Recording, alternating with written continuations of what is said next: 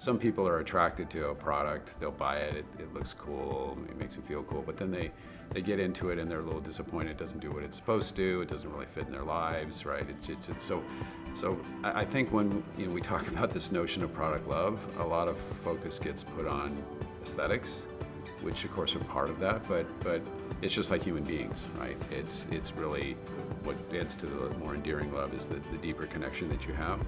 And when a product is really fulfilling something important in your life and making a difference and making your life easier, better, more interesting, more fun, then you fall in love with it, right? It becomes part and parcel of your living. Not all products do that, not all services do that, but there is a certain magic that happens. When that happens at the start, the love at first sight, then there's going to be a longer relationship and a lot more forgiveness along the way. I still think there's just huge potential in what we can do within the physical product kind of world. The experience around hardware to be kind of much more than what it used to be before.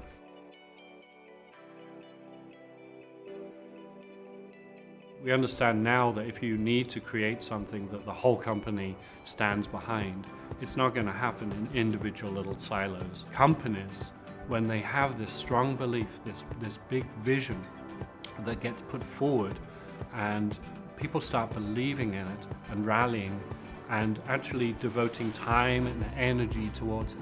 So I think the role of the designer, though, is to try and maintain that vision, but to deal with the complexity and not ignore it. You can feel that, right? You can feel the love of the engineers, or the care that the designer took, or that there's an idea that's expressed very clearly through this thing. You sort of shrink the gap between the person, the customer, and the company and the brand, right? Because there's this charismatic relationship.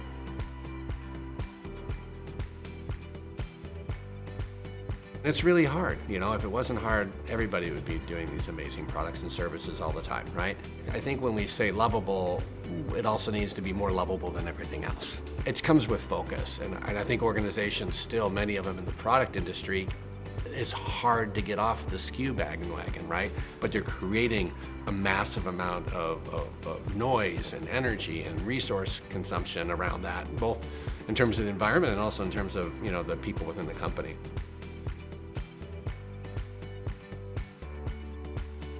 I've found it to be really important to, when you're doing something, is to get out and not just observe people, because that's what I think happens a lot with design teams, is they'll go through some ethnographic work and go see people's homes and do and they're looking for clues, they're looking for things, opportunities, and that's all great. But if you can sit down and talk to someone and really understand them and the problems in their life and really put yourself in their position, that in itself can be a really huge inspiration to making something, and making something that will in fact connect with those people. They feel they've been listened to, right?